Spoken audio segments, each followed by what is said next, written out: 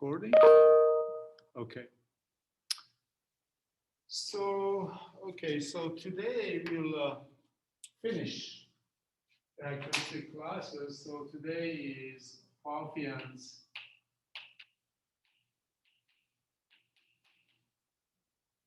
and Euler class.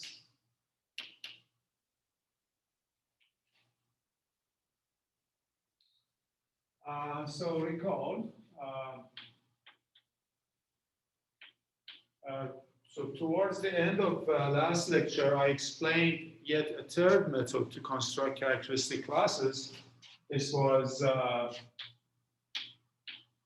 is actually the original method, I should say.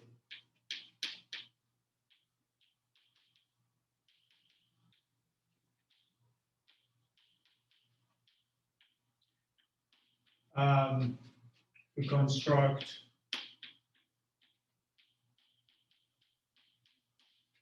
characteristic classes.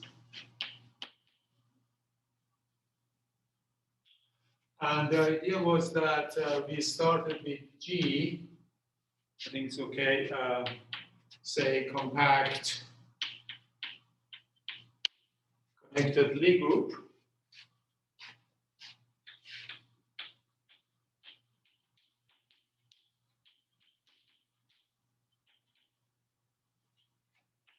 And then this G, German G is the algebra of G.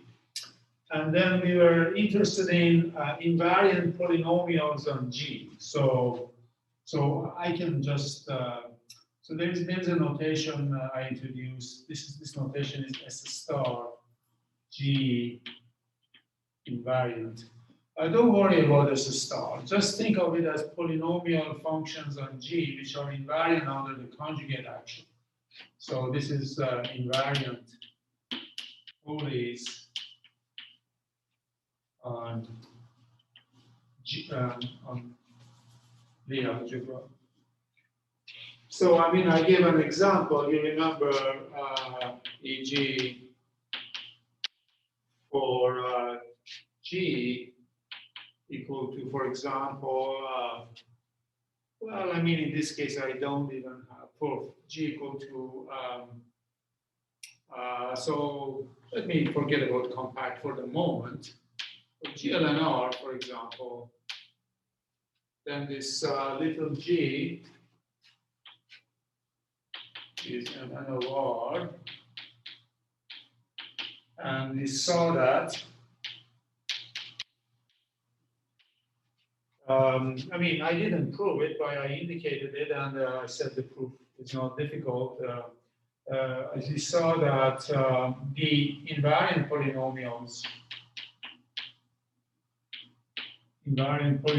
function on this is really just the ring, but well, this is a ring, right? So as a ring, this is just ring of polynomials in n variables. N is that n. Well, this xi, we can just think of it as trace of a to the power r. So just you take any sort of function in trace of ai's for I from 1 to n, put it inside this polynomial function, then you construct an invariant polynomial, and all invariant polynomials are like that. Okay? So, and then the idea was that for any invariant polynomial p belonging to, so this was just an example of these invariant polynomials, and then for any invariant polynomial p belonging to S star G invariant, what I said is that you can put a connection on your vector bundle, take its curvature, matrix R, and then this will give you the class of this P of R is an element on even Dirac cohomology of M. So I don't give all the details here because it's in your notes. So this was our third method. Now, there is an interesting case which contains something beyond traces and determinants. This interesting case is the case of SO2n. So today,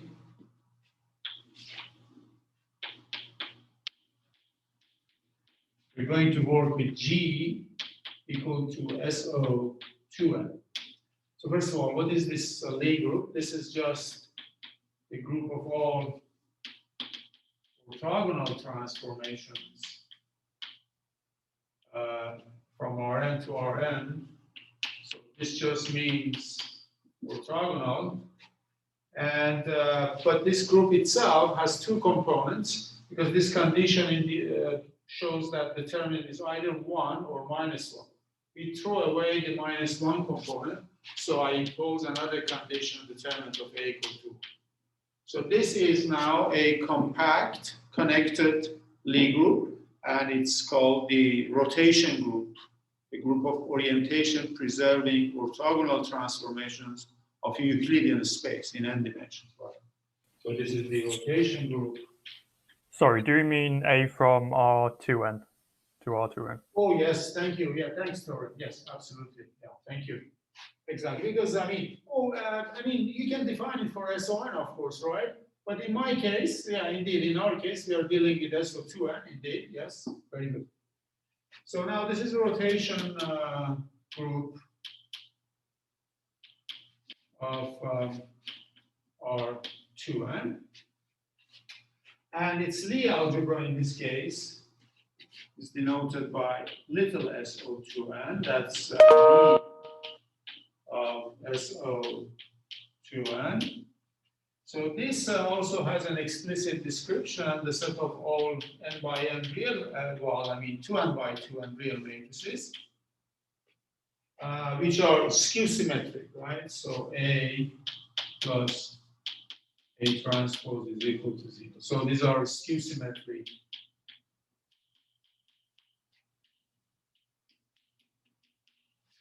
N by 2n matrices. Okay, cool. Now, what we are interested in is to find a polynomial function P from SO to n to R, a polynomial map in these variables, which is invariant under the action of the under the action of the orthogonal group. So such that P of G A G inverse is equal to P of A, but for all G belonging to SO2n. Now we are confined to this word of rotation. The group is group of rotations, and we are looking for such things. Of course, we have the old players, these guys, right?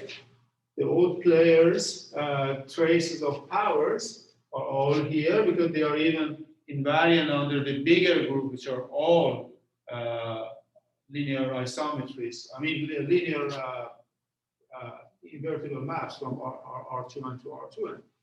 But amazingly, there is something else here which is not captured by this thing at all. And it's a special property of this group. Okay? And that guy is called Pfaffian. So let me now introduce this through a theorem. There exists a polynomial map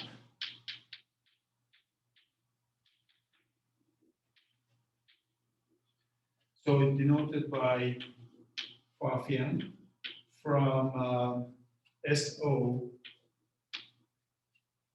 to n to R, such that it has some properties now, such that first of all, one, its square is equal to determinant of A. It's just square root of the determinant of the of your matrix. Second, it's invariant. So Pfaffian of G A G inverse is equal to Pfaffian of A for all A here and G belonging to SO to N. And there is a third property which more or less defines it in a different way. And the third property is that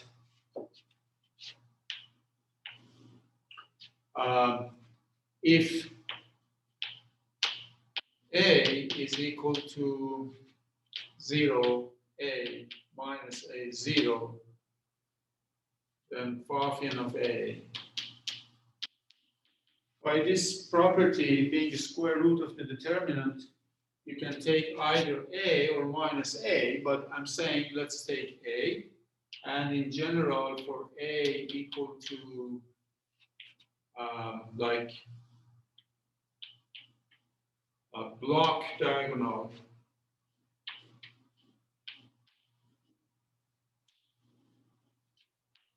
so these are all, everyone else is 0, but here is 0, A1, minus A1, 0, 0, A2, minus A2, 0, 0, and so on. Then here is 0, AN, minus AN, 0.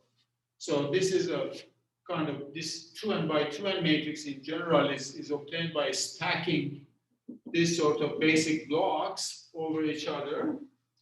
Then Pfaffian of A, in this case, is actually, again, it's A1, A2. And the thing is, these three properties uniquely determines the Pfaffian, actually. So there's a unique answer to this shopping list. So that's what we want to prove. Okay, and this is the Pfaffian. All right. Now there are different ways to prove this. The old method would be to just write down a formula and let everybody who wants to see it check it. But that's not very inspiring. There is a much better way that relates it to some other cool stuff. So I'm going to recall that definition and then.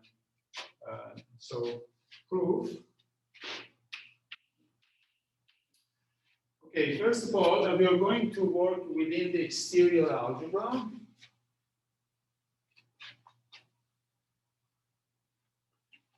So in general,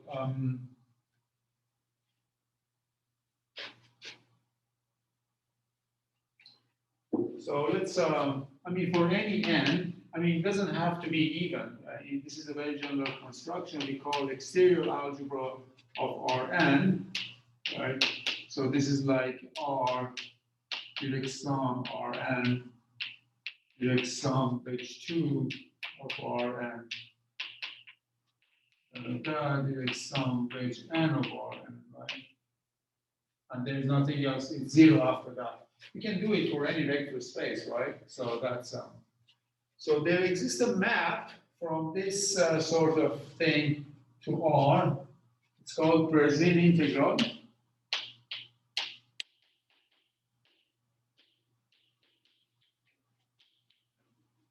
Yeah, I just write it like this from where to Rn to from the exterior algebra to R. So what you do, you just take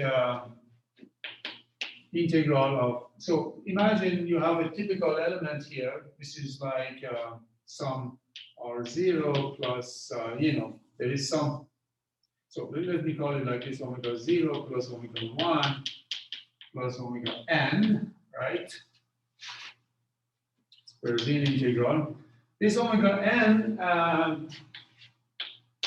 is something of this form, some coefficient times E1 wedge, E2 wedge, En.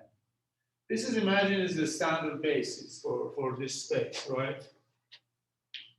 Okay. So then in this thing, this is declared to be equal to just lambda n.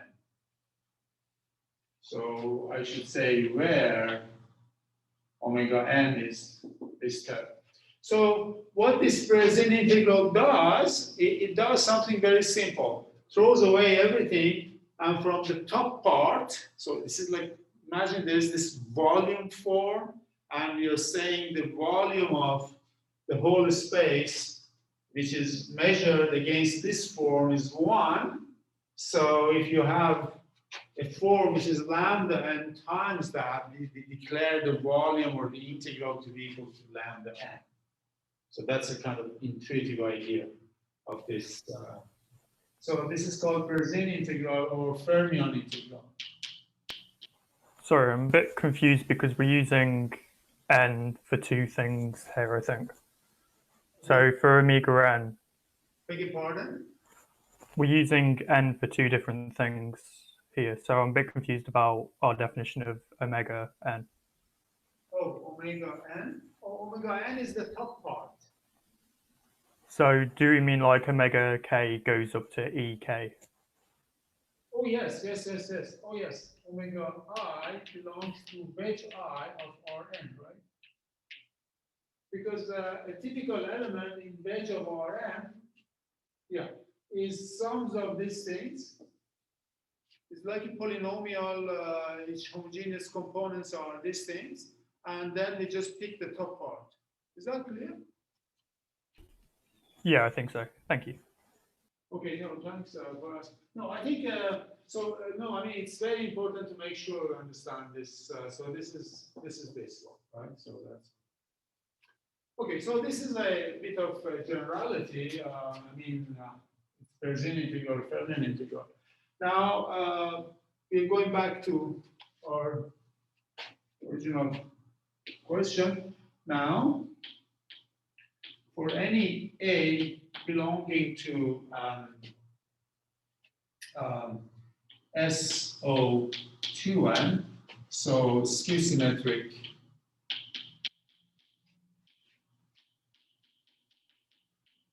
(2n by 2n) matrix, consider the following form. Let omega be equal to, I believe, 1/2 sum Aij EI wedge EJ over I j. So this is where E1, E2n, right? This is any orthonormal oriented basis for R2n. Okay, so we take any orthonormal oriented basis you want to choose. We call it E1, E2n. So this is more general. Yeah, I mean, we are just taking these ones, and then you form this. So this obviously belongs to wedge 2 of R2n, right? Notice that you can also write this as there's a kind of suggesting way to think about it. This is like 1/2. There is this like E1, E2n transpose A, E1, E2n, right? So, oh, no.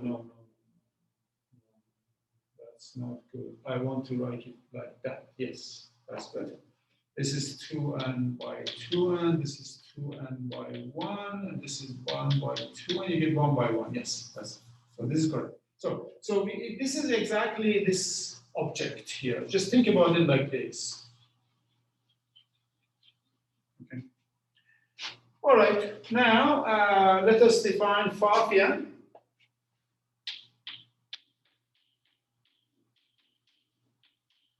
Equal to Brazilian integral of exponential of omega. This is a beautiful formula, right? In other words, this is equal to 1 over n factor. So what is this? I mean, this, if you think about it, you're saying this is integral. If you exponentiate this, you get 1 plus omega of h omega divided by 2 factorial plus omega of h divided by 3 factorial plus omega of h omega. I mean, I call this omega n, power n, divided by n factorial, right? By our declaration, these terms do not contribute because this is the degree 2n term.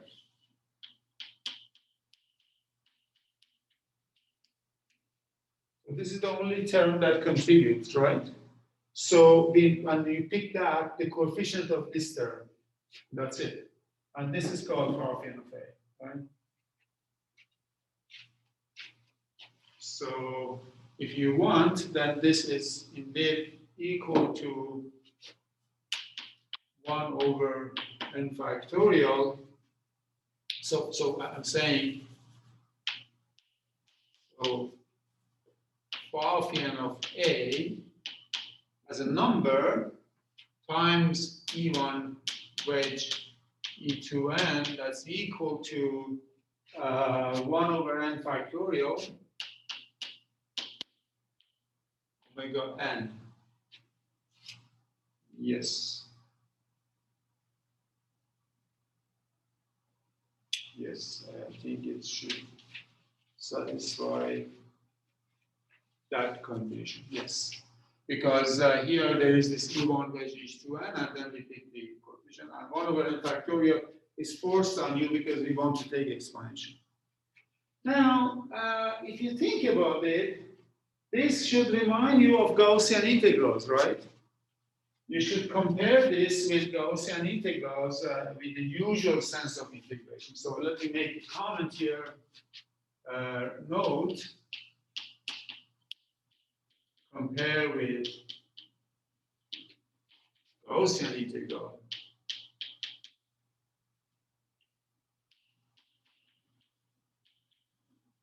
So in that case, for any A belonging to Mn of R, doesn't have to be even in that case, for any n, even or odd, Mn of R, but then A has to be positive. So positive matrix means that it is self-adjoint, and then all eigenvalues of this matrix are positive. For example, this is one definition, so we can just say positive means this, okay? So once you have this, then you can consider this integral, exponential minus 1/2, you know, like x transpose A x d n x over the whole Rn, right? No, this is so this expression now, what is this expression? It's very much like this. And in fact, this is completely suggested by that term. I mean, look, I mean, this is just sum xi, aij, xj, and then there is just 1/2 over rij. Okay, so we have this famous Gaussian. And do you remember the value of the Gaussian integral?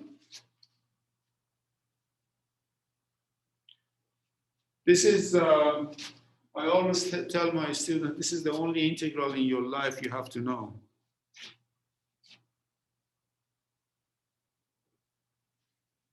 Anyone remembers the value of this integral? Is it like 2 pi I or something? Well, there is no I, right? Because this is just a real function, right? It's just a Gaussian. Yeah, it's and A is very important. A is a matrix. This is determinant of root 2 pi over A, which is I just write it as 2 pi to the power n over 2 over square root of determinant of A. Okay, So now you notice that this sort of Gaussian integral is related to square root of determinant, but determinant is in the denominator. It's not in the numerator. But here we are taking, again, we want to have a square root of determinant, but it's a numerator. It's not in the denominator. So this is a difference between skew symmetric or anti-commuting objects, and here we are dealing with commuting objects. So there is this subtle difference between the two. By the way, this is called Bosonic Gaussian integral. I mean,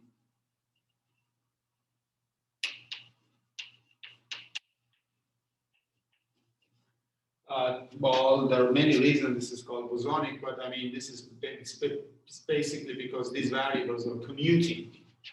And this variable is a fermionic Gaussian integral.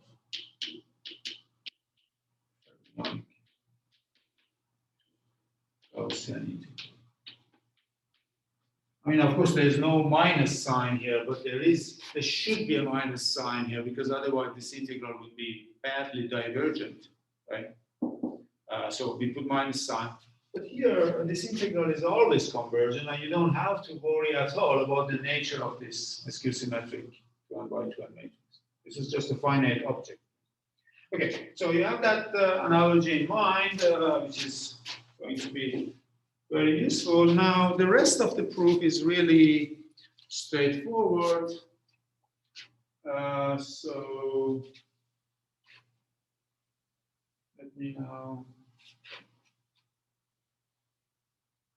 just complete the rest of the proof. I have a question. Yes. Where you define, should it not be 1 over n factorial omega subscript n? 1 over n factorial omega subscript n. What is omega subscript? Oh. No. On the third line, I guess. Huh?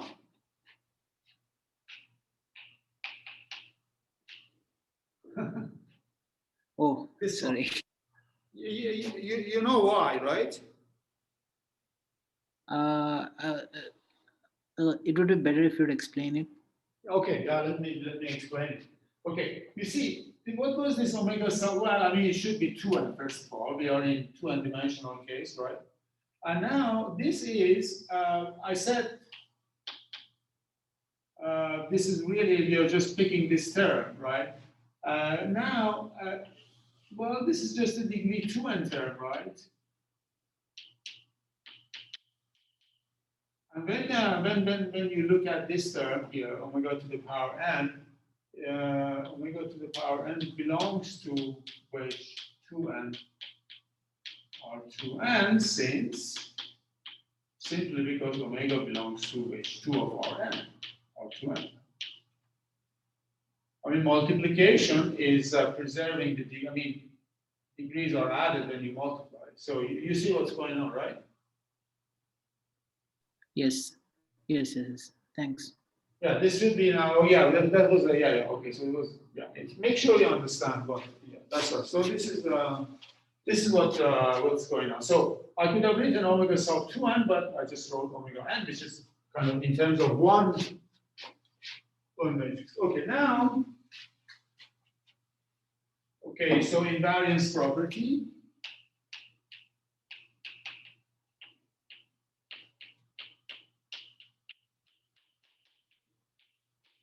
So we want to make sure that, for example, Pfaffian of G inverse is equal to Pfaffian of A for any little g belonging to SO2n. Well, what is this guy? This guy was like integral Berzin of exponential of,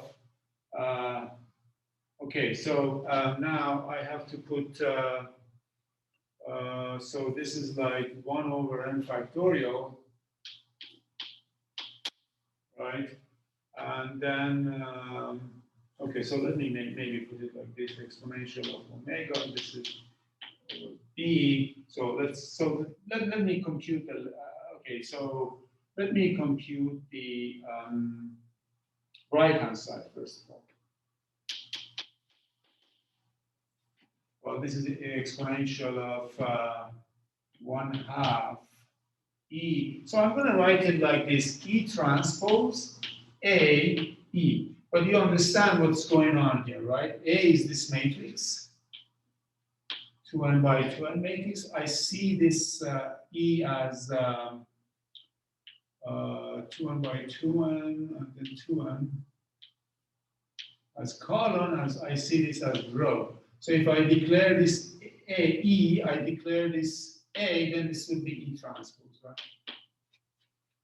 So just write it like that. So that's the right-hand side. That's the right-hand side. Now left-hand side here, your B exponential. Well, this is now 1/2. You have to have, I should say, for this, I put E transpose. I don't change that, but A has changed. G, A, G inverse. G inverse. And then we have got E. Okay? And we want to show that these two things are the same. Just look at it. We can write it in the following form: B exponential of 1/2 E O.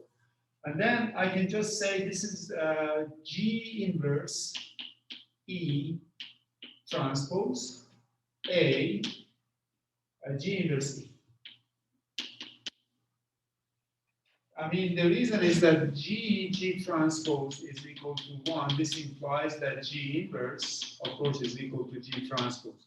So G inverse is G transpose. If you do this, you get E transpose G, and this is. Okay, now what? Okay, so E1, En, originally was an oriented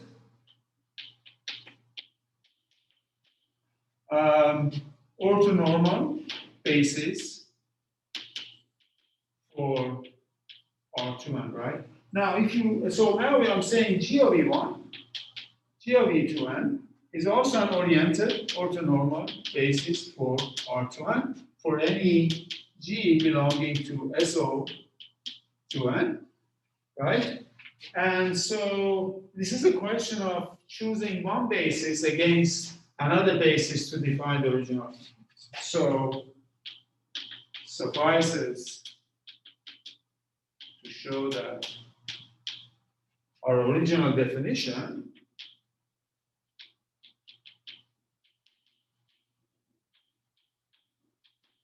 is independent of choice of oriented. I emphasize both conditions: oriented, orthonormal. And that's easy to see. So I leave this as an exercise. So this is a good exercise in this case. Because, originally I just took this basis and I said that it's given by that. But what if someone chooses another basis? I'll give you what the idea of the proof is. Change this by another basis, which is obtained by some G like that. But you notice that when you have, instead of E1, G1 and G2, G2n, then the determinant of G comes here in terms of, you can express it in terms of E1, E2n. The determinant of G is actually +1, because this is an orientation preserving orthogonal transformation. So it drops and that gives it. So this is all fine, but okay, so it's a good idea if you like. So this is this takes care of invariance.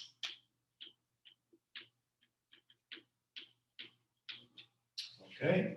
Now there is one more condition which we need to check. That is, of course, the square root condition.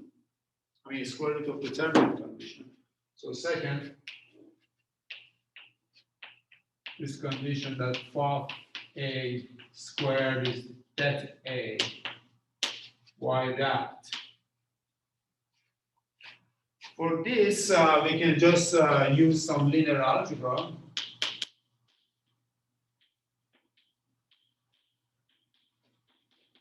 For any a skew symmetric,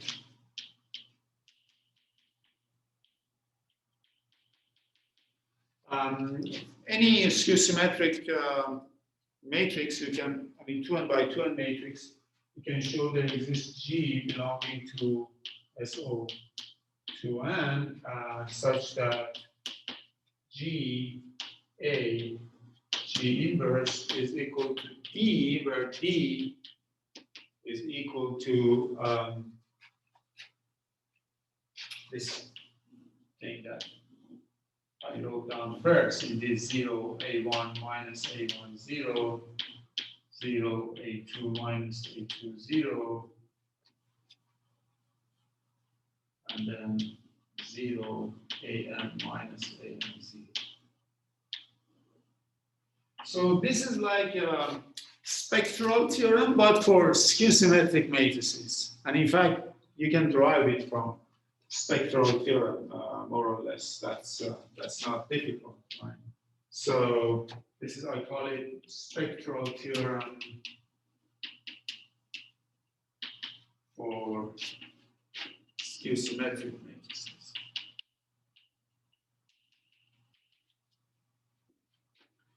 We won't tell this to our first year students, but certainly in your third, fourth year, you have seen this. I mean, you can, yeah, okay, so you can. There are different ways of proving that. Okay, now if you just go through the definition, first of all, now let's see.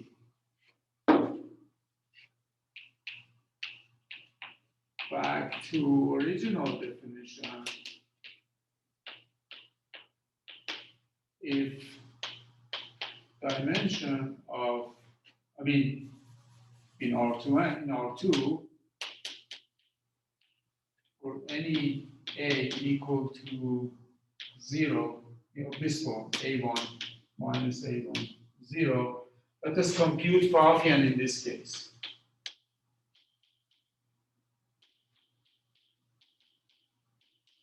Well, I said this guy is equal to Gaussian integral of, I mean, just in this case, what we have to do, we have to take 1/2, right?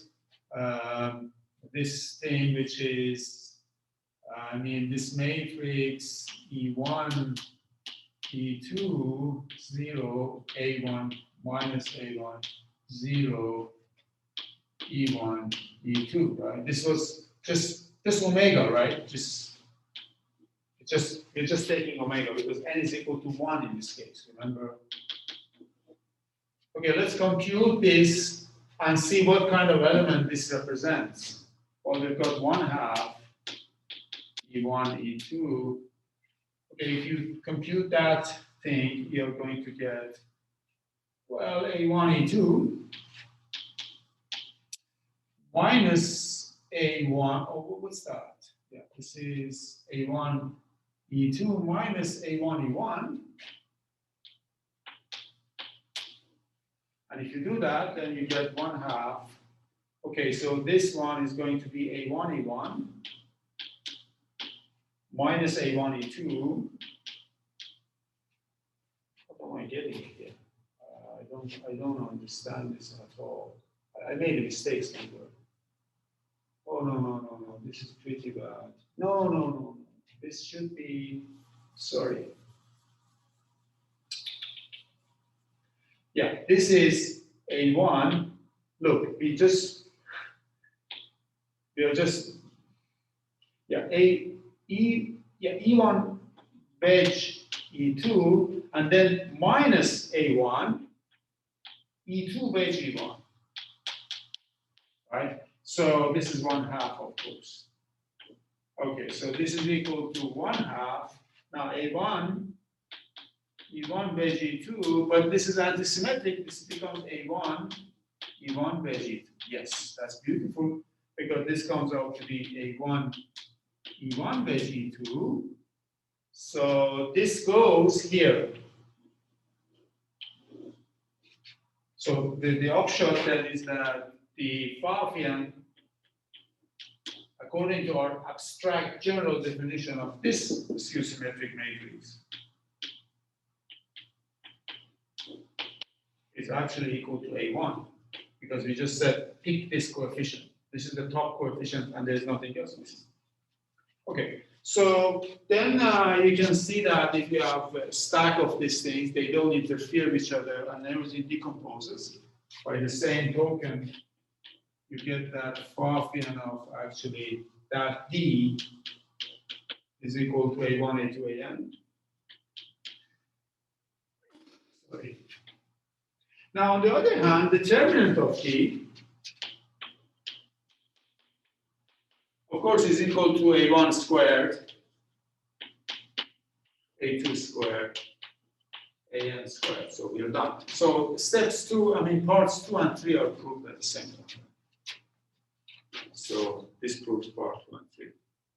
So this is the only calculation you have to do in order to, this is a nice important calculation we have to do.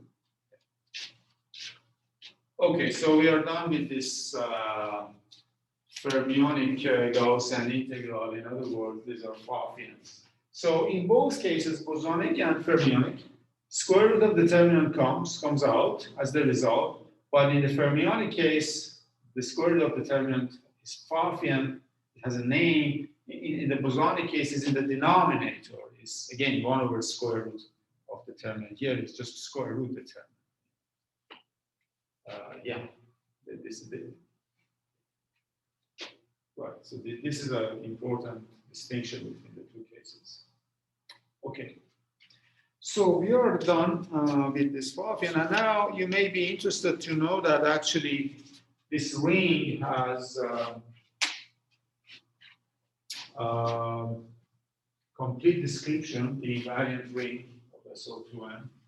So I won't prove this result, but you can find proof in many references, I suppose. Could be even in Milnor's Stashev. I would think so. Yeah, in fact, let me put it like this. The S star of SO2n invariant isomorphic to ring of functions in 2n variables, and then one variable which is Pfaffian of A, where xi is equal to trace of A. So in other words, any invariant polynomial function on this Lie algebra can be written as a polynomial in trace of AIs and another variable Pfaffian of A. So this extra term appears there. Now, there is a very nice formula, which I want to give it as an exercise. Use the original definition.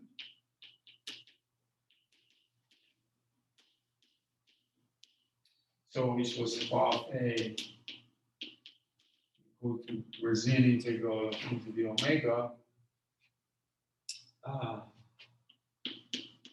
Show that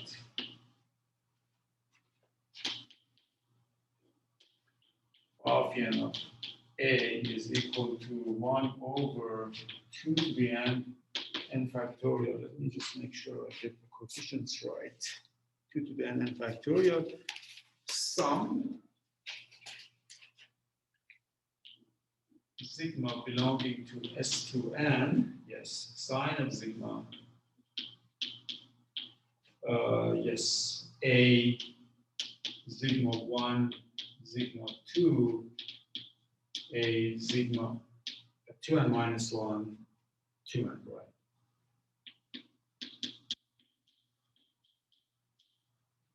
Okay, so you see A, I mean, equal to Aij is 2n by 2n, skew symmetric, right?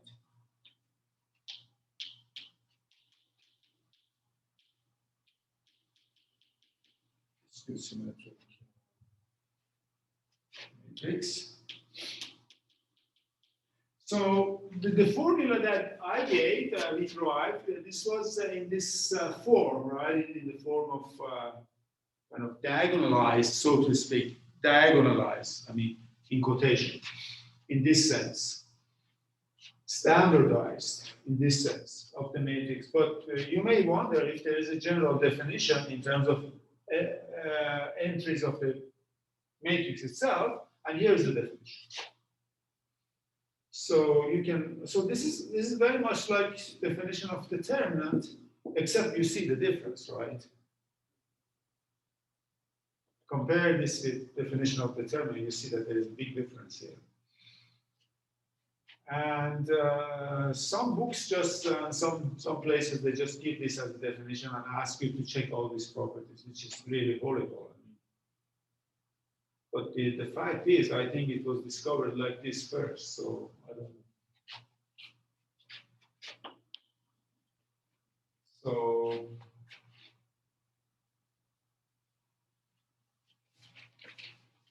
okay, now we're going to put this in good use.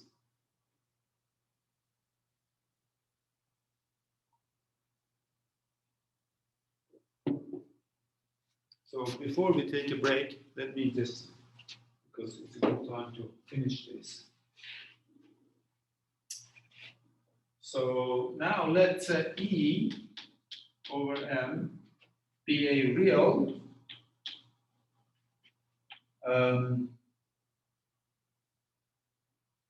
oriented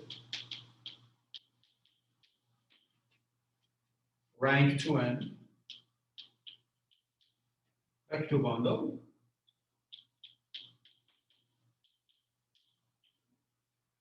equipped with a metric.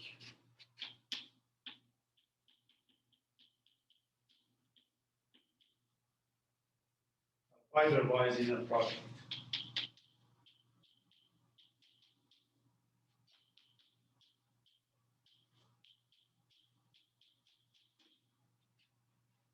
So everything here you know, real you know, rank 2n, vector bundle you know, and fiber-wise inner product you know. Maybe you don't know what oriented real vector bundle means. So let me tell you what oriented means. Because you have seen perhaps definition of oriented manifolds and oriented topological manifolds or smooth manifolds. But what is the definition of an oriented vector bundle? It should be real vector bundle, by the way. And the definition is that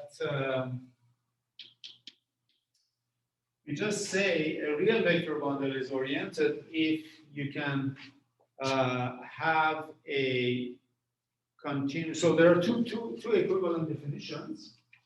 One definition I give is like this.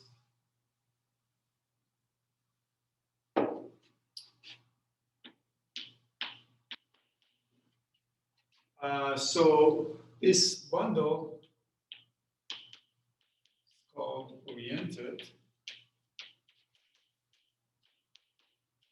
if wedge n of E is a trivial real line bundle. I mean wedge n is a trivial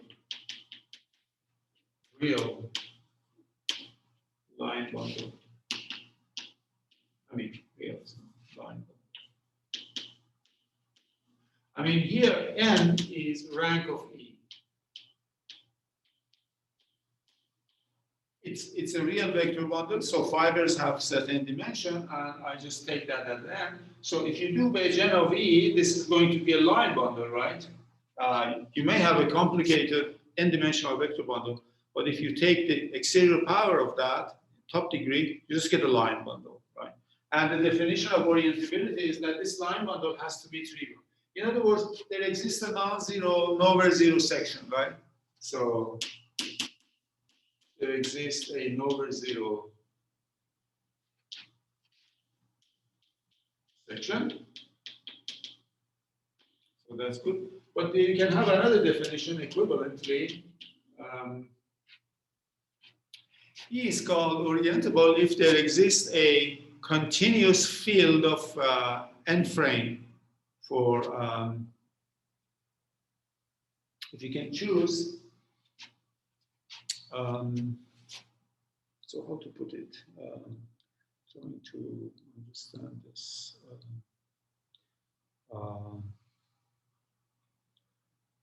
Okay, so let me not give this second definition. That's okay. This is our definition. That's fine. Okay. Anyhow, in any case, pick one of these things. Now we know that there exists a compatible connection.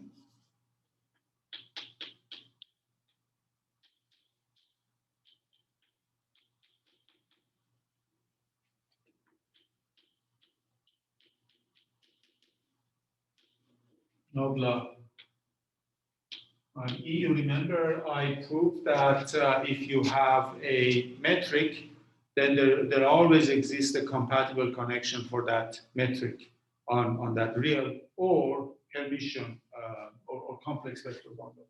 There always exists a compatible connection. So we just pick this compatible connection Nobla on E and take the curvature tensor.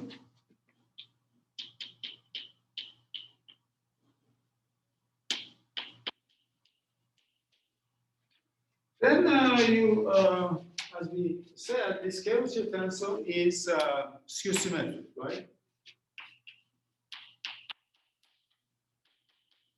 So this is a skew symmetric.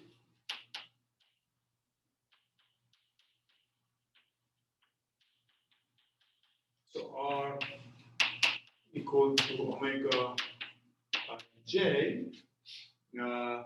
I mean, this is a 2n by 2n. Now I'm going to assume rank of this is 2n. So rank of E. Rank of E is equal to 2n. So this is a skew symmetric 2n by 2n matrix of two forms, right? Local of two forms.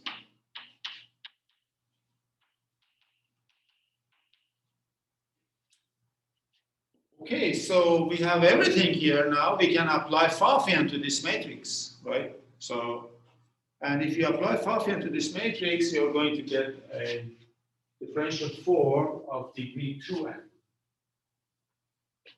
Okay. And this is called the Euler class of the vector bundle. So definition. The Euler class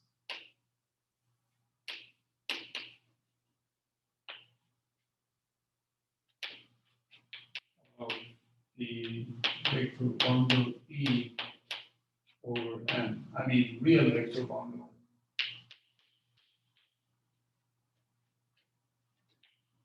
Of rank 2n. This is equal to Pfaffian of this matrix R. Now I should say R over 2 pi.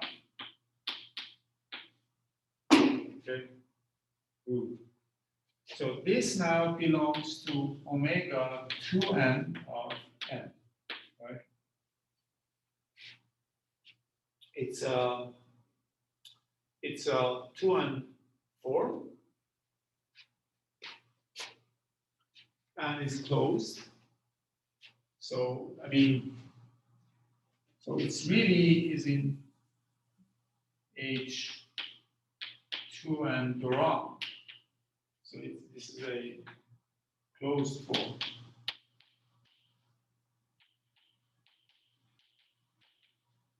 I mean, the property of being closed, of course, part of it came from the fact that this is an invariant polynomial function.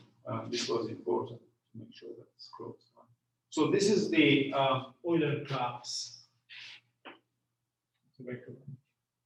Now, there are a couple of issues we have to immediately settle.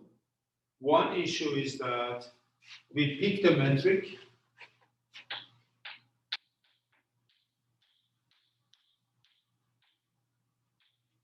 I mean, on inner product, on E, and also its dependence on the connection.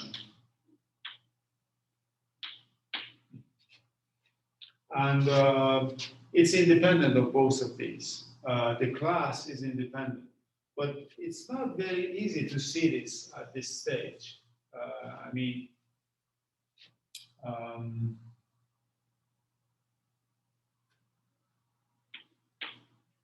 both cases independent. So now, usually we apply this to E equal to Tn, the tangent bundle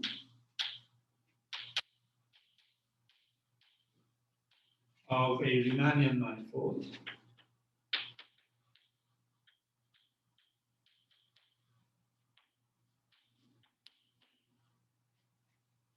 Just take tangent bundle of a Riemannian manifold, and so this fixes this part. Now for this, you can take Levi-Civita connection.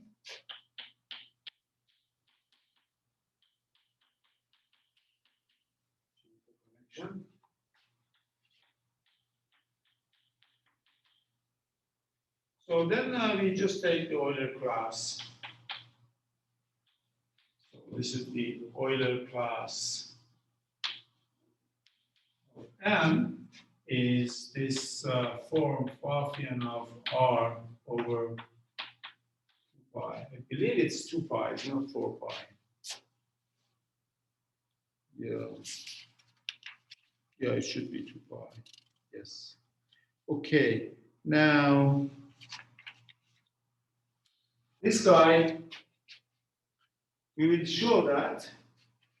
So, I mean, using Atiyah-Singer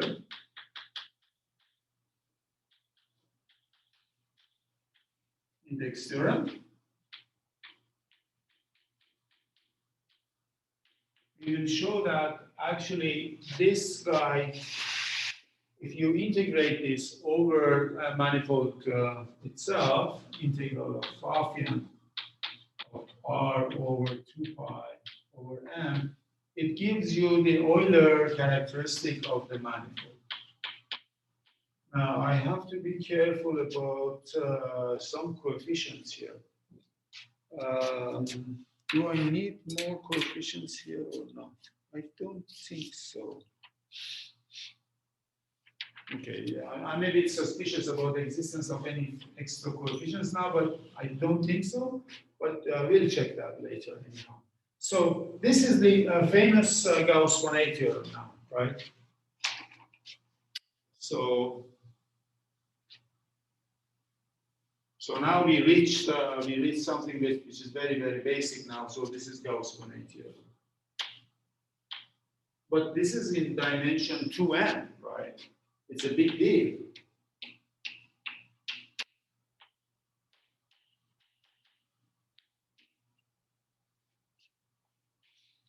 So, of course, Euler characteristic was defined by Euler even. I mean, it's alternating sums of Betti numbers, alternating sums of, if you decompose your space in terms of pieces, and then you get, like that. Different alternating sums give you that. But all of a sudden, it's also integral of a form of dimension 2. I mean, here, of course, the manifold M is oriented because I have to assume that Tn is an oriented vector bundle in order to take this, and in this case, it is. So that's that. Now let's look at the special case. Okay, example 1. So let's assume dimension of M is equal to 2. In that case, matrix R is an skew symmetric matrix of two forms. So this is 0, omega minus omega 0. And Pfaffian of R over 2 pi is equal to 1 over 2 pi omega by the calculation in the 2 by 2 case that we did, right? So that's that. Okay, so then the result says that integral 1 over 2 pi Pfaffian of R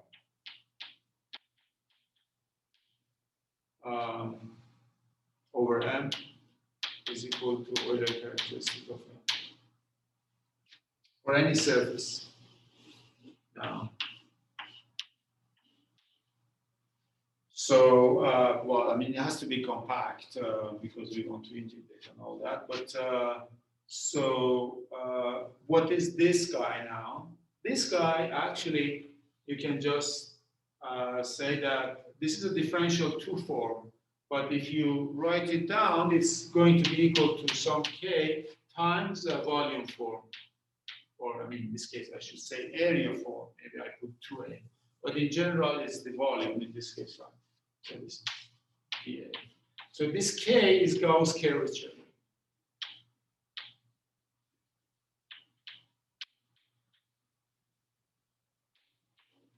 So eventually we touched the base. I mean, we touched with something which is very, very concrete, Gauss curvature. I mean, we can sense what Gauss curvature is even for embedded surface in Euclidean tree space, right? You know what that is, and it's even this is quite amazing, right? Because you can take this surface and smoothly change it in space without you know, introducing new holes or shrinking or tearing this apart, or changing otherwise in any manner.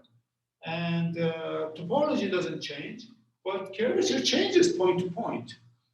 But the total integral is the same. So this is the thing about this Gauss one. This is two-dimensional. This is two-dimensional. Okay, so now we will take a break for 10 minutes, and when we come back, we can continue again. Okay, so now let's start talking about Dirac operators, which is very important for us.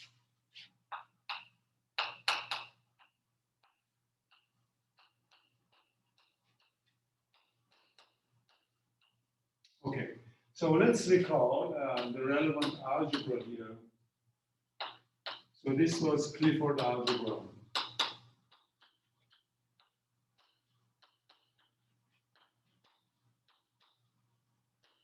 Remember, our first definition in this course was something like this. Start with V. And so this was V is a vector space over R. And this was a symmetric bilinear form on V, right? Symmetric bilinear form on V. Okay, so this was a gadget we started with, and to this we associate an algebra, right? We call it Clifford algebra of this V and this one. So this was the algebra generated by V, subject to relations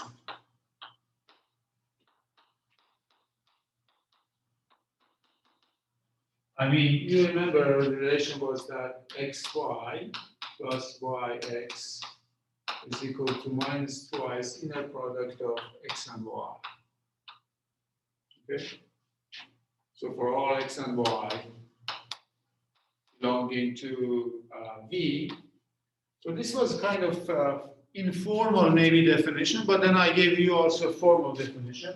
So this is the x sum.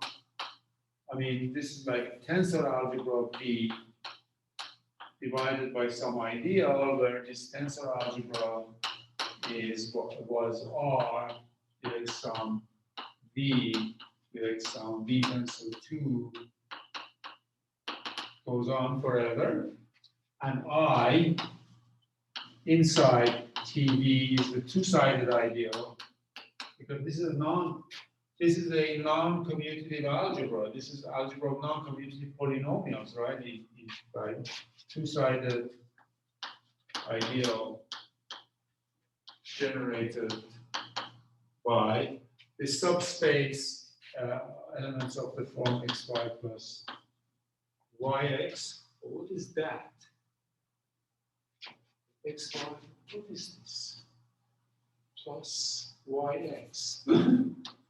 We should have complained. Okay, xy plus yx plus 2 inner product of xy. Why such elements? So this, you take this two-sided ideal, divide it, and this is Clifford algebra. So anyhow, so this was a very general construction, abstractly defined. And remember, we defined Clifford modules also. So these are just modules over Cliff. I mean, modules as algebras over this algebra, over this Cliff. Yes. So this, if S is such a module, then we have this map from, Cliff cross S to S. It acts, multiply any element you want. So we also call them representations of Clifford algebra. It's the same thing. This is the same thing as having algebra map here into endomorphism algebra of this S. This is an algebra map into endomorphism algebra is the same as the old module notation. Either representation theory notation, module notation, or algebras are exactly the same thing, right? So that's okay. So for example, we saw that dimension of this guy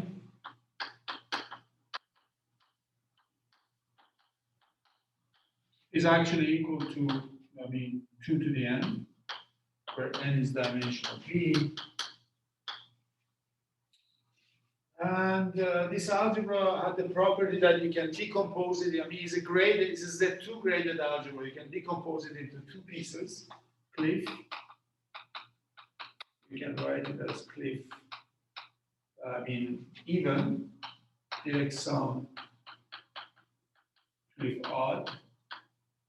This is just the products of even number of terms, and these are products of odd number of terms, and so on. Okay.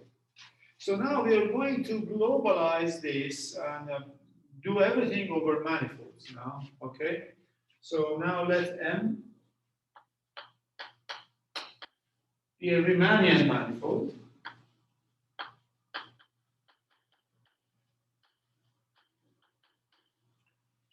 Okay, so Riemannian manifold means that, right here, so there is a metric G, there exists an inner product X on each tangent space, right? Each tangent space.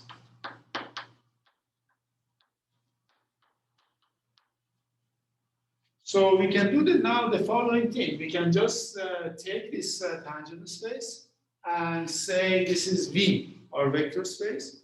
And I have an inner product, which is, in this case, is actually positive definite. It's kind of best inner product in a way. So, and then we take the Clifford algebra of that for each point. So we can form here Cliff of TMX. X belonging to. So we are looking at Clifford algebras at each point. And this, they move, right? As you move over the manifold. So originally you had just this tangent bundle, which is n-dimensional. now we turn it into this Clifford bundle of Clifford algebras. And this is a bundle of algebras all of a sudden, okay? So, I mean, it's very important to have the kind of geometric picture of this in mind. So, over each point now there exists and also not only this tangent space sitting over this, but also this Clifford algebra is sitting over this tangent space in some sense, right? Okay, so this is the bundle of Clifford algebras.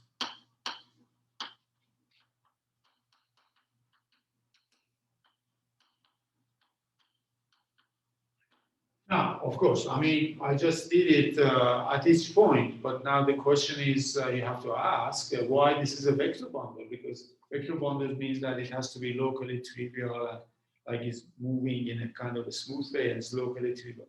That's, I can tell you, is trivial in this case. That's not difficult to verify that. And so let me give you as an exercise, actually. I won't assign it, but it's good to think about it. Why? So this is called Cliftian.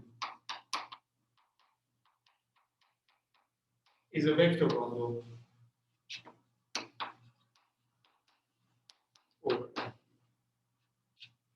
Okay, so that's good. Now, another thing is that to remember is that here always V sits inside TV, right? Because this V is inside TV, so by this under this Gaussian map, right? Then you get a map from V into Cliff.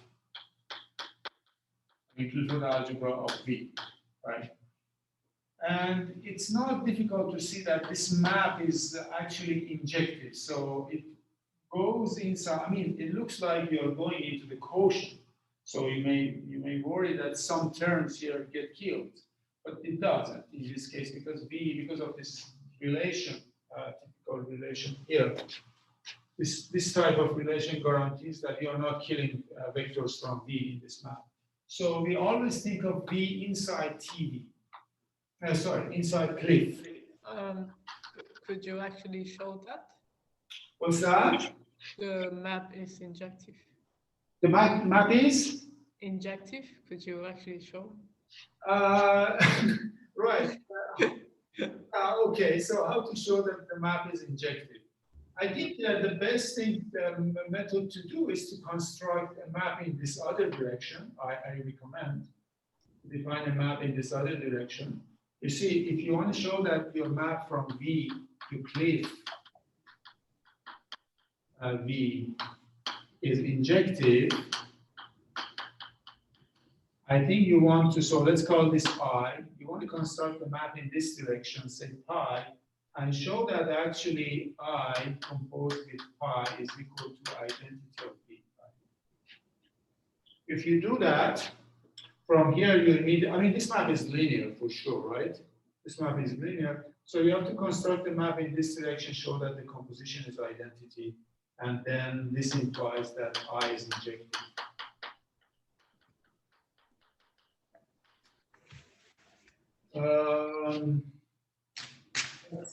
That's all I will say right now. Okay.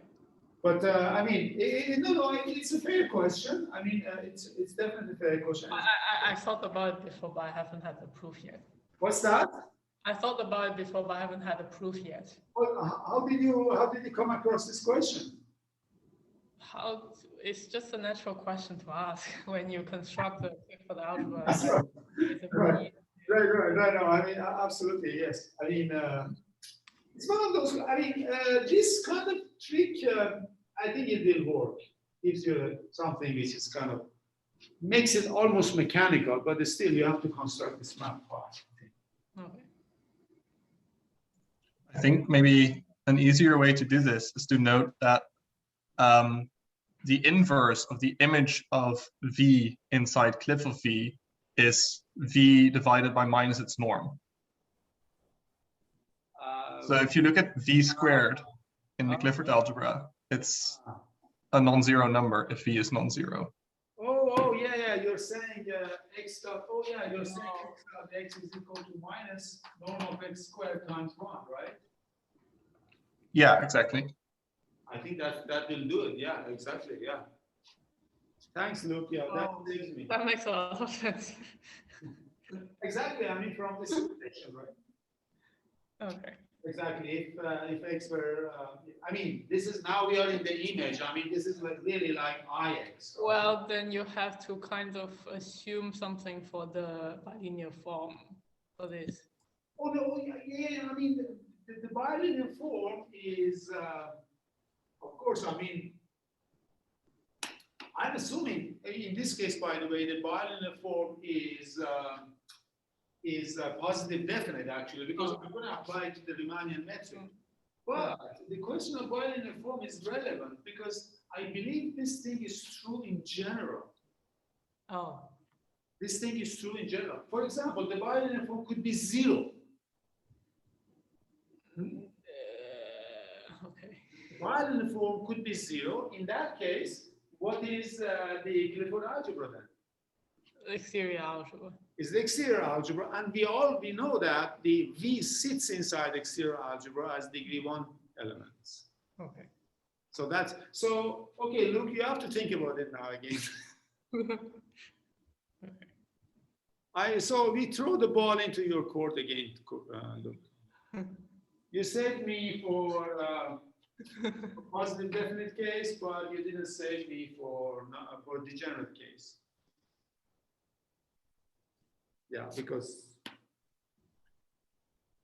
yeah, I mean, norm of an element in that case. But we are good now, anyhow. Okay, so now we are anyhow. So that's the case. Now let M be a Riemannian manifold, and like that. So we just look at this, and then a Clifford module bundle. So let me define it. So this definition is important.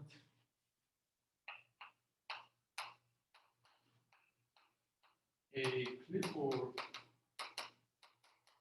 module bundle is a vector bundle S over M equipped with a pointwise action.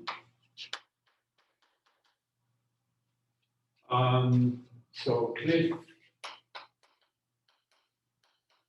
T M X cross Sx to Sx for all x belonging to M. And we also assume that this action is smooth.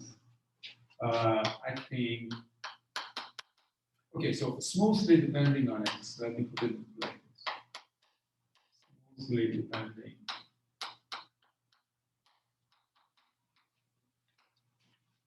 X belongs to.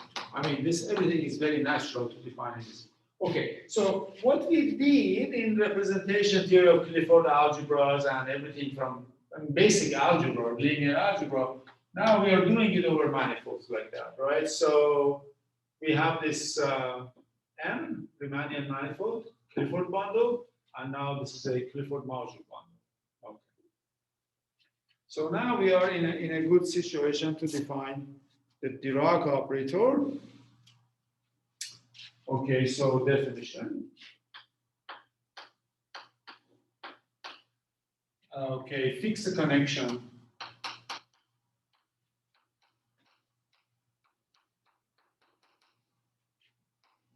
Nabla now. Okay, so we have one of these, and now connection nabla from C infinity of S to omega 1 over tensor C infinity of S on S. So the Dirac operator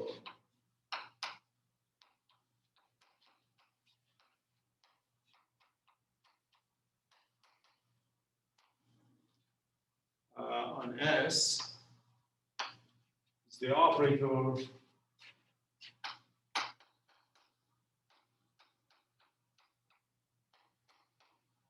D going from C infinity of S to C infinity of S.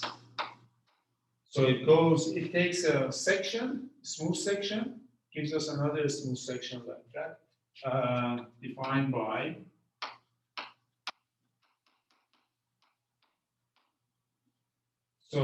this is like E of S is a sum of E alpha nabla alpha S. Okay, my notation, I want to be consistent with mine. Okay, so actually I just use E alpha. Do I need down indices? Yes. Okay, over, I don't know, then this is E alpha over alpha, where E alpha is a local orthonormal frame for Tm, and here, I mean, you have to put dot here, and dot is the Clifford action.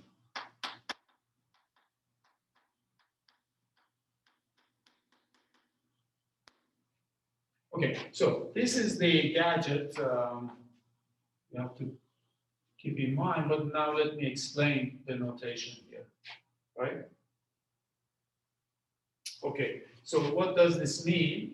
Well, I mean, here, what is this noblesse E alpha? Remember, this is, I said connection like this, I mean, there's this definition, second definition of connection, but we had an alternative definition, which was obtained, which was defined like this. A connection was a map. Nobler was a map from basically C infinity of tangent bundle cross C infinity of S to C infinity of S, right? And we kind of move back and forth now between these two presentations without actually changing the notation. So this is very, very standard. If you stick a variable down here, it means that you are using this picture. Or if you don't, it means that you're using this original picture. I mean, they are interchangeable, as we discussed some time ago. Okay, that's that one. So in this case, then I mean, for any vector field x, so this is the the covariant derivative or the differential of S along the vector field S x, defined by your choice of connection now. So this is an element of S. And now, of course, this is an element of the tangent bundle, but tangent bundle is inside the Clifford algebra, and Clifford algebra is acting on S. So this acts on that, right? So this is well defined again as an element of S. Okay? So that's the interpretation. Now there are two questions. The first question is, why is this well defined?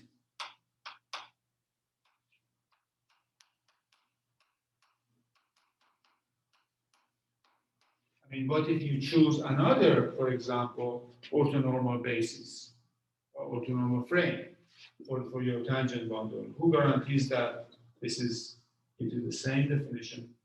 And the second definition is that why this?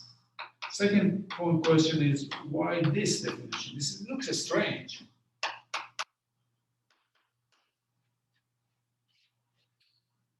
Okay, so let me start by explaining the second point, and then we'll derive the independence. Okay. So again, let's go back to. So recall that we define something called, I mean, the whole motivation for Clifford algebra was this square root of Laplacian, right? We wanted to take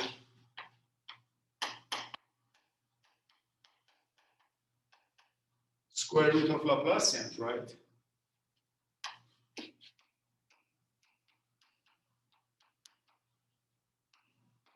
Which is the square root of delta. I mean, we did it in flat space, right? On flat space,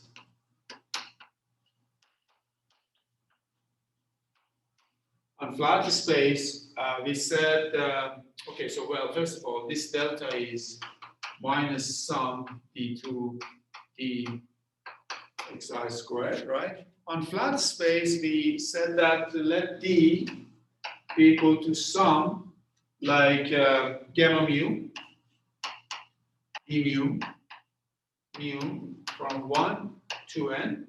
But then these gamma mu's were these mysterious elements. They were like matrices that satisfy these conditions. Dirac noticed, and actually Hamilton even before Dirac noticed that if these guys satisfy these relations, gamma mu plus gamma mu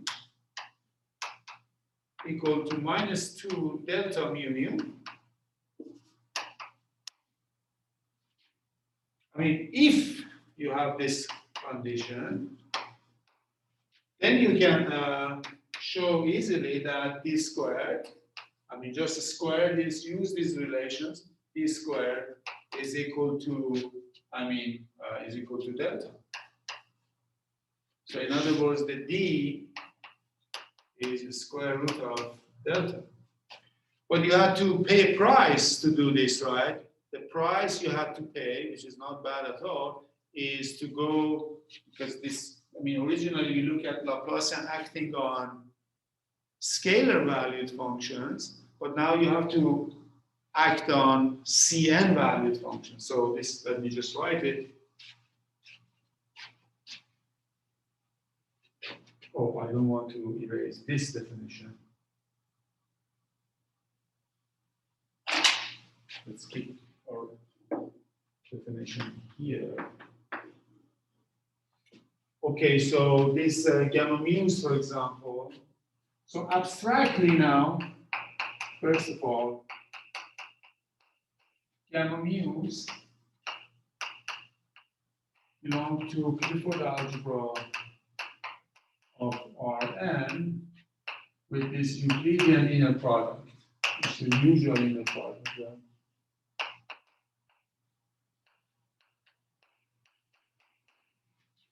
And really now, I mean, we can think of for any module over this Clifford algebra as equal to a module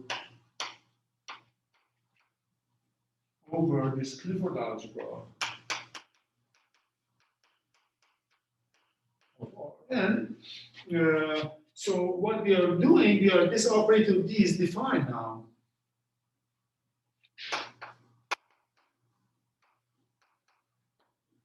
The mu is defined.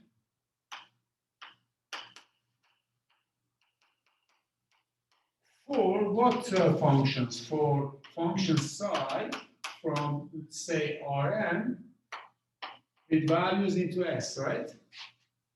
For function psi from Rn into S. Because this partial derivative operation is defined on such functions, there's no problem. And these gamma mu's, now, because you have this module action on S, I mean, so P of psi, in other words, we just say this is some gamma mu of psi. I mean, this is, again, the partial derivative of this psi is again on S, and you act on it by this. I mean, in practice, people even don't put this dot here because it's not elegant. So you just delete it and then just say E alpha, noblesse, E alpha, and so on. Okay, so what does this achieve? It kind of does a similar job, but over general manifolds. So over general manifolds,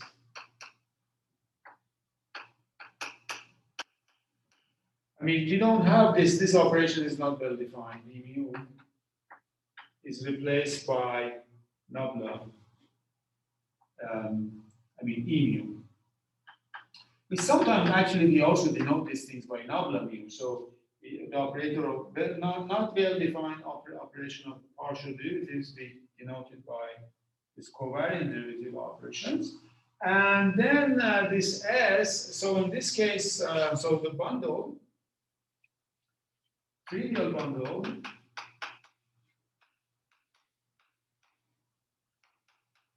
or N cross S, gets replaced by this S, which is a Clifford module. Clifford module bundle. Okay, so we have got a Clifford module bundle.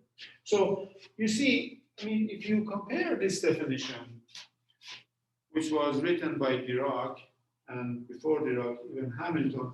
Hamilton was in the case of, I believe, 3x3 or 4x4. There is even an analog in the case of 2x2, I mean, the two-dimensional case, which is Cauchy-Riemann operator. Anyhow, these cases are for flat space. This case is for general manifold. So this makes perfect sense. It's a perfect analog of that case. Now, you may wonder whether this definition holds. Is d squared is equal to Laplacian, for example.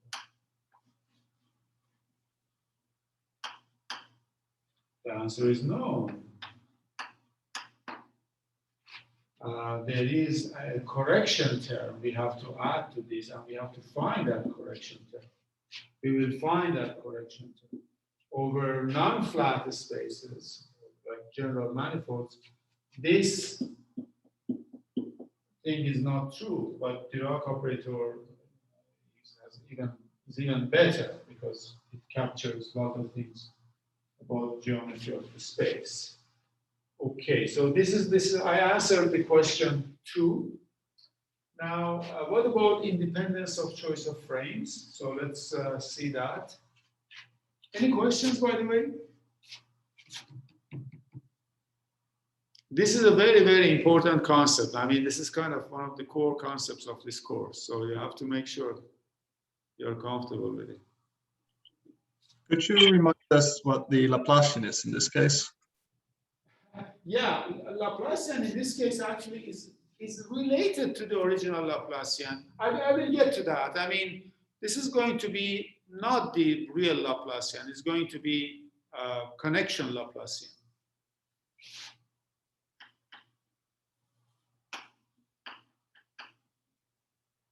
This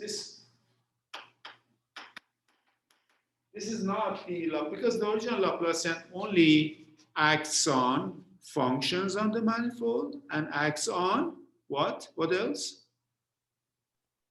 Forms. And forms, exactly. P forms in general. So that's the original Laplacian theory of Laplacian, or called Hodge-Duhem Laplacian on manifolds, right? So that's the case. But this Laplacian that is going to enter here, again, because of non-flatness of the manifold, it's going to be a different type of thing, but of the same spirit. So it's going to be like nabla star nabla. I mean, originally we had, like, for scalar functions, we had this star d, right? But here in general, we're going to have, I will drive this actually soon. Yeah, we need that. Okay, now let us check why this definition is well defined. So point 1 was well definedness.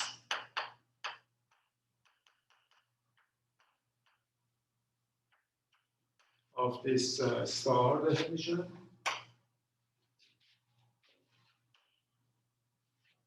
Okay, so imagine you have another frame, right? So you have like E alpha prime, a new frame.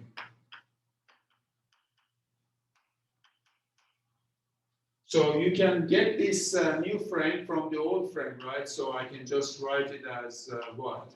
E1 prime, En prime, some matrix Gij, and then I just put E1, En, right?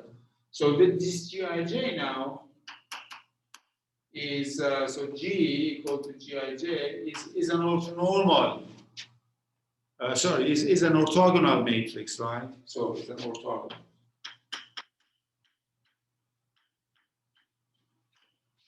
Matrix, because it's sending an orthonormal frame into an orthonormal frame, so it has to be an orthogonal matrix in the sense that G transpose G equal to GG transpose is equal to 1. Okay, now let us see what happens if I use, so I want to check that now, sum E prime alpha nabla S E alpha prime is equal to sum E alpha nabla E alpha S, right? Well, we just replace this E alpha prime by the value. I mean, I'm using Gij here, and this here is alpha, so that's okay. Anyhow, so this E alpha prime, so this is sum over alpha. So E alpha prime, we can just say that this is equal to G alpha beta, I mean sum, I would say, over beta, I mean, so the left-hand side, in other words, is equal to sum over alpha. Now, this guy is sum over beta, right? Okay, so I would say G alpha beta E beta times nabla S sum G alpha beta, yes, E beta, yes, okay. Now, all you have to do, so this is left-hand side. So then we have to show that this is, the right-hand side comes out. All you have to do, you have to remember what this,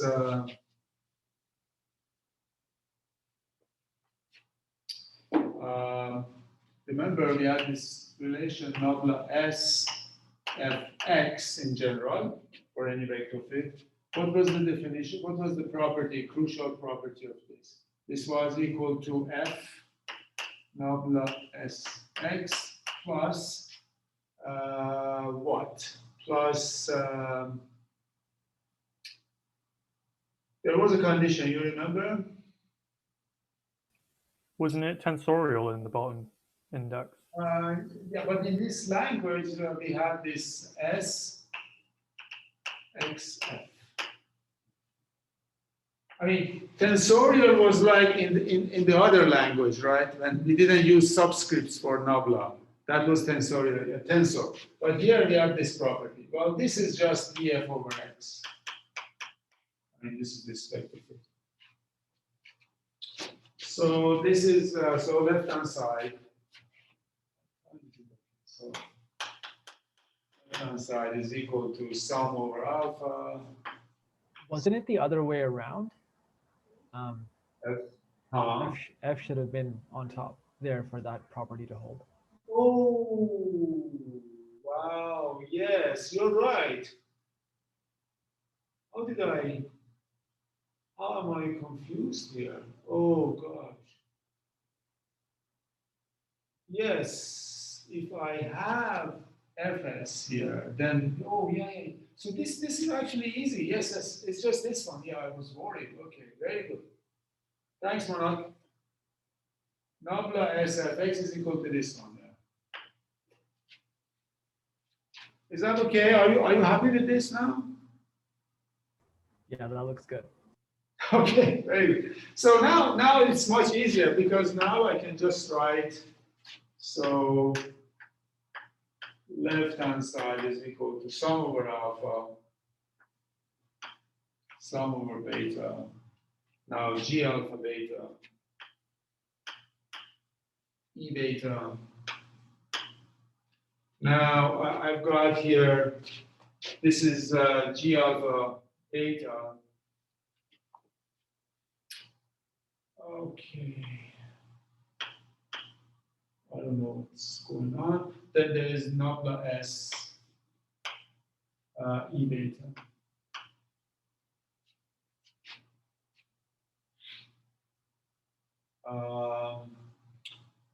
All right, now I can just change this.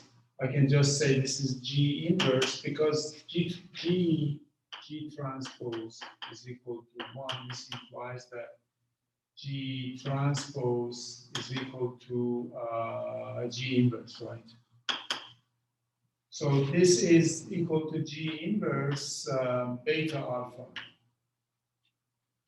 So this is equal to sum over alpha, sum over beta, G alpha beta, G inverse beta alpha, and then I've got E beta, nabla S E beta. But this guy, because of, I mean, this is the product of two elements of this matrix. So this is delta alpha alpha. I mean, this is 1 and it's 0 if alpha is different from beta, right? So this becomes actually equal to, I'm going to declare this is equal to sigma E beta E alpha nabla S. From here it follows. Yes. Yeah. I'm a little confused. Can I ask a question? You're confused about what? Shouldn't there be 3 sums because we had? Oh yes, yeah, that's what. Shouldn't one of those betas be like, you know, a third subscript of some kind? Yes, I agree. Okay, but then that's even easier because that I was facing a little bit of problem here. But Yeah, I think it gives you what you want at that point. then it then gives me that. Yeah. Okay. So it's very good to know how to work with coordinates. So that's why pure mathematicians don't like coordinates. Because anytime you start working in coordinates, just confuse indices. I think Hermann Weyl said that introduction of coordinates is an act of violence in mathematics. Anyhow, so this should be, again, I have to change that. So this is okay, and then this one. All right, so this is like beta prime, right? Yeah.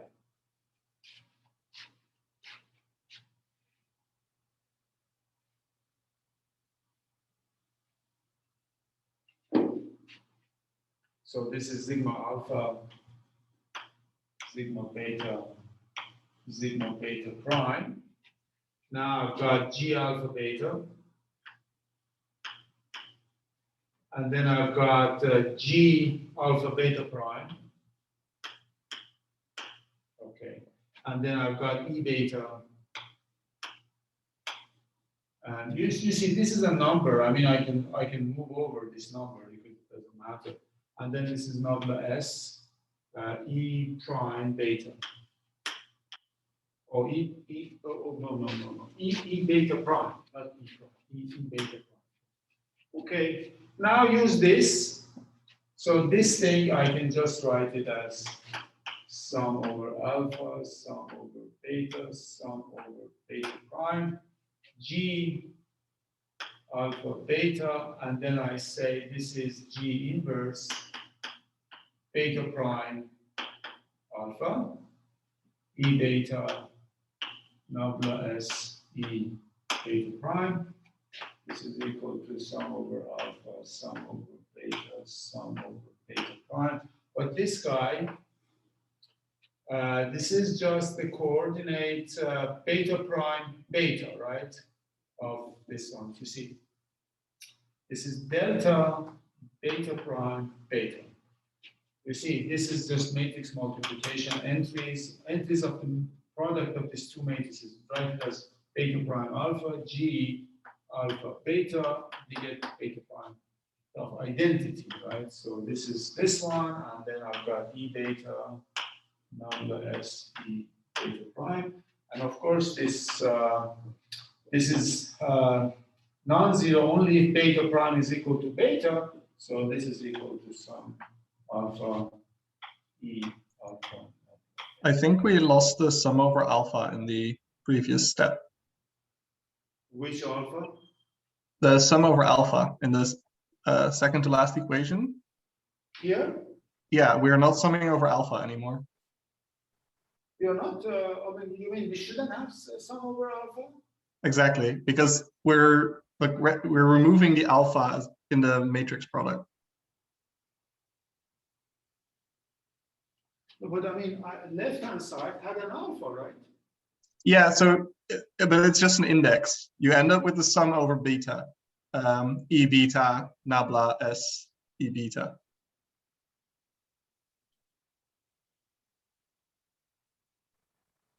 Oh, you mean I shouldn't have alpha here? There you should, but in the line below it, Oh, I shouldn't? because alpha is the index we're summing over for the matrix multiplication, right?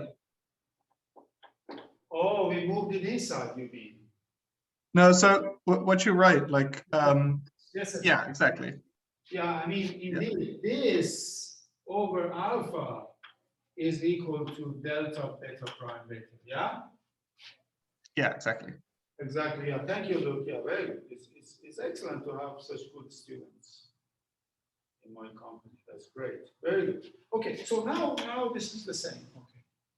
Okay, so if you give me 1 more minute, I just want to write a kind of cool, but maybe horrible. Well, it's not horrible. Yet another definition of Dirac operator, which kind of, yeah, it's kind of more invariant and coordinate-free definition. So let me write it now, and then we are done for today. Well, thank you for your comments, guys. I mean, this is, I mean, all of you, it's very helpful. So let me now just write a kind of invariant coordinate-free. Invariant means coordinate-free definition of Dirac. So, so here is C infinity of S. We have this connection. We go to, you know, omega 1 of n, tensor C infinity of S, right? This is over C infinity of n. You apply the connection, you land in this universe. And now what you can do, you can just from here go to C infinity of Tn, tensor over C infinity of n, C infinity of S. So, so what is this guy, by the way? This is just C infinity of T star of n, right? So this map going from here to there is just a duality because you have the metric, right? So you can do duality and land in here. You can just take this, you know, using. So this is using T star of n x isomorphic to, I mean, T and x via inner product. I mean, this is a non-trivial isomorphism between two very different vector spaces, right? So we just take, via this inner product, we just identify this dual space with that. You go here, and okay. And then you embed this inside the Clifford algebra. So you go into C infinity of, I mean, Cliff Tn, the smooth sections of the Clifford bundle, tensor C infinity of S. And then you use Clifford multiplication here. So C, this is Clifford multiplication.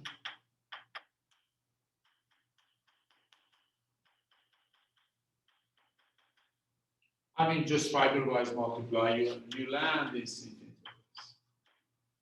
of S. Okay, this kind of horrible looking composition of maps is really equal to composition of above maps.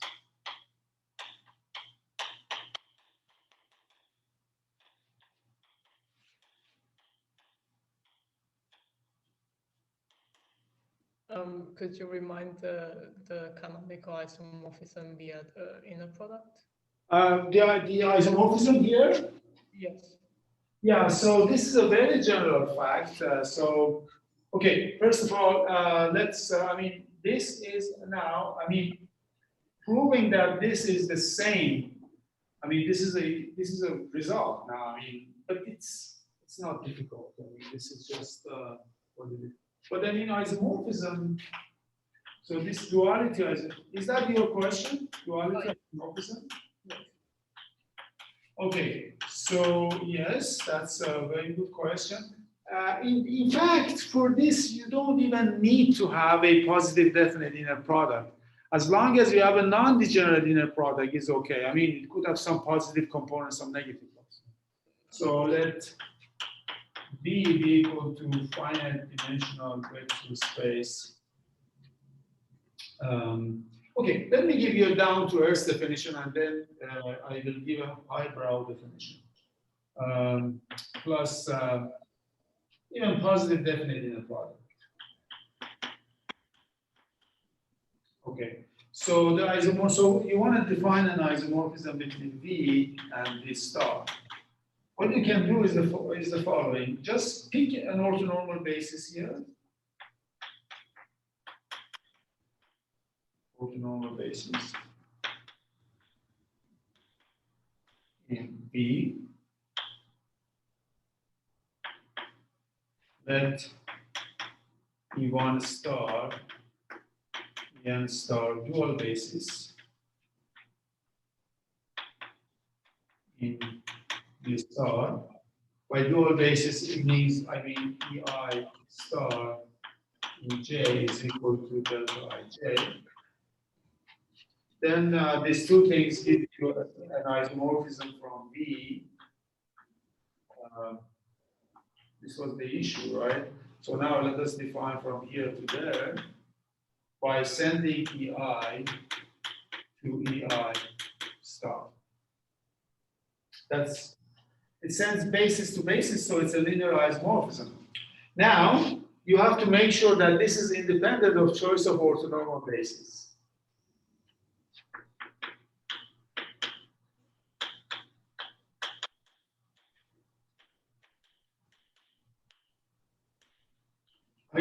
You might say, but where did I use the inner product? You could have done this for any vector space without even finite dimensional vector space, at least, without any inner product, right? We could have done this for anything. Yes, that's true, but that definition. The orthonormal, you use that to define orthonormal. So you use the inner product. I use the inner product, but you could have complained that. Yes, that's a general one for the general vector space when it is finite dimensional. That is something you can show that it is a dual basis. Yes. Dual basis. Yeah, the dual basis always exists. But I'm saying that I used. Remember, I used the inner product in order to go from V to V star, right?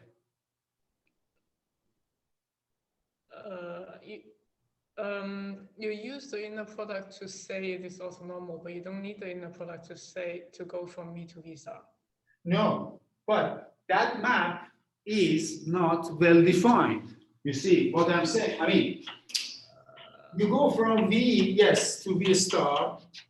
For any finite dimensional V, that's true, but the map is not canonical. Oh, yeah, yes. Yes, in general, it is not canonical. Because it's not canonical, you cannot take it to vector bundles. Okay. The moment you choose a basis, remember the slogan was the moment you choose a basis, you're shaking something in the world, really. Something goes very wrong if you go over manifolds. It's a kind of, yeah. But there is something here. There is some meat here. There is some statement here, right? A statement is that although I chose an orthonormal basis, but my map is independent of choice of orthonormal basis. So this is an exercise actually. Like this map is independent of choice of orthonormal basis. So this is a, I mean, okay, so I defined it using an orthonormal basis, but the map itself is independent of choice of orthonormal. So this is kind of interesting. I mean, there is a kind of more highbrow definition, but we are really going over them. Maybe I should stop here the video and then we will discuss it off video.